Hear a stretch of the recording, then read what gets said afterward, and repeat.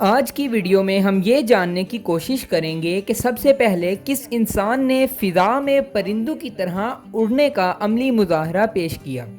اور آج کی ماڈرن دنیا کو شیپ کرنے میں مدد دی۔ السلام علیکم، this is Hafiz Abubakar Rajput and you are on my channel Tahqeeq. ناظرین اکرام، ہوا میں پرواز کرنے کی انسانی عمر کا تعین تو ہم نہیں کر سکتے، لیکن تاریخ اور فطرت کی گواہیوں کے مطابق اس کو بھی انسان کی شعوری عمر کے ساتھ ہی منسوب کیا جاتا ہے۔ انسان کی اس خواہش نے عملی جامہ اس وقت پہنا جب اسپین کے ایک مرد دانا نے یہ دعویٰ کیا کہ انسان بھی پرندوں کی طرح ہوا میں اڑ سکتا ہے۔ ناظرین اکرام، یاد رہے اگرچہ ہوائی جہاز کی ایجاد کا سہرا رائٹ برادران کے سر جاتا ہے،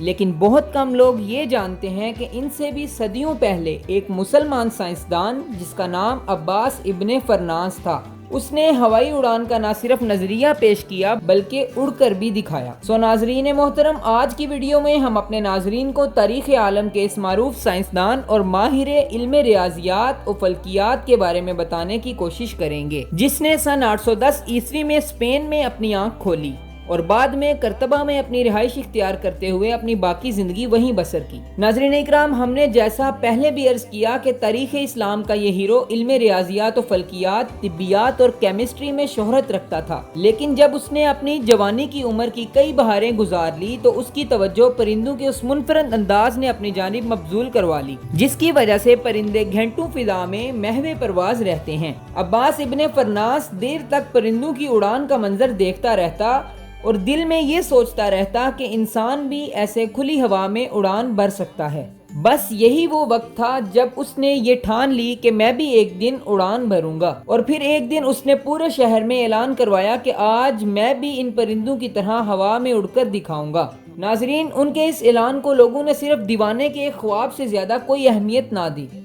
اور سارا شہر ان کا تماشا دیکھنے کے لیے امڑ آیا۔ ناظرین اکرام، عباس ابن فرناس نے اپنے علم کے مطابق 2 پروں کو تیار کیا جن کو ریشم کے ایک کپڑے سے باقاعدہ سلائی کر کے ڈھانپ دیا اور ایک ایسی عمارت پر چڑھ کر اڑان کی تیاری پکڑی جو بہت اونچی تھی۔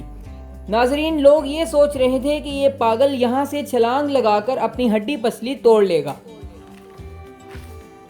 اور پھر چند لمحوں بعد عباس ابن فرناس نے وہاں سے چھلانگ لگا دی اور کافی دیر تک ہوا میں اڑتے بھی رہے، اور اسی طرح انہوں نے انسانی تاریخ کی سب سے پہلی پرواز بھی بھری۔ لیکن جب انہوں نے اپنی پرواز ختم کر کے اترنے کی کوشش کی تو وہ بری طرح زمین پر آ گرے اور شدید زخمی بھی ہوئے۔ اگرچہ ان کے اس تجربے کو کلی طور پر کامیاب نہ سہی، لیکن پھر بھی ایک قابل تعریف کوشش قرار دیا گیا۔ اب ان کی صحت اس بات کی اجازت نہیں دیتی تھی کہ وہ دوبارہ کوشش کر کے اپنی خامی کو بھی دور کر سکیں، جس کی وجہ سے وہ زمین پر بحفاظت اترنے میں ناکام ہوئے۔ البتہ انہوں نے یہ دعویٰ کیا کہ وہ اس کمزوری کو جان چکے ہیں، جس پر انہوں نے ایک کتاب بھی تحریر کی جس میں یہ ثابت کرنے کی کوشش کی کہ میں نے اگرچہ اڑنے کے لیے پر تیار کر لیے تھے جنہوں نے مجھے کافی دیر تک ہوا میں اڑا کر رکھا، لیکن اب میں سمجھتا ہوں کہ ہوا میں پرواز کرنے کے لیے صرف پر ہی نہیں بلکہ دم کا ہونا بھی بہت ضروری ہے، جس پر توجہ نہ دینے کی وجہ سے میں مکمل کامیاب نہ ہو سکا، اور اب میری صحت اجازت نہیں دیتی کہ میں دوبارہ اس کا عملی مظاہرہ کر سکوں، لیکن مجھے یقین ہے کہ میرے بعد آنے والے میری اس کوشش سے فائدہ اٹھائیں گے۔ اور ناظرین اکرام، وقت نے ثابت کیا کہ بعد میں آنے والوں نے ان کی اس کوشش سے کس قدر فائدہ اٹھایا۔ ناظرین اکرام، عباس ابن فرناس کے وہم و گمان میں بھی یہ بات نہ ہوگی کہ ایک وقت ایسا بھی آنے والا ہے جس میں انسان محض ہواؤں کا رستہ چیرنے کے قابل ہی نہیں بلکہ چاند اور مریخ کو بھی اپنا مسکن بنانے کی کوشش کرے گا۔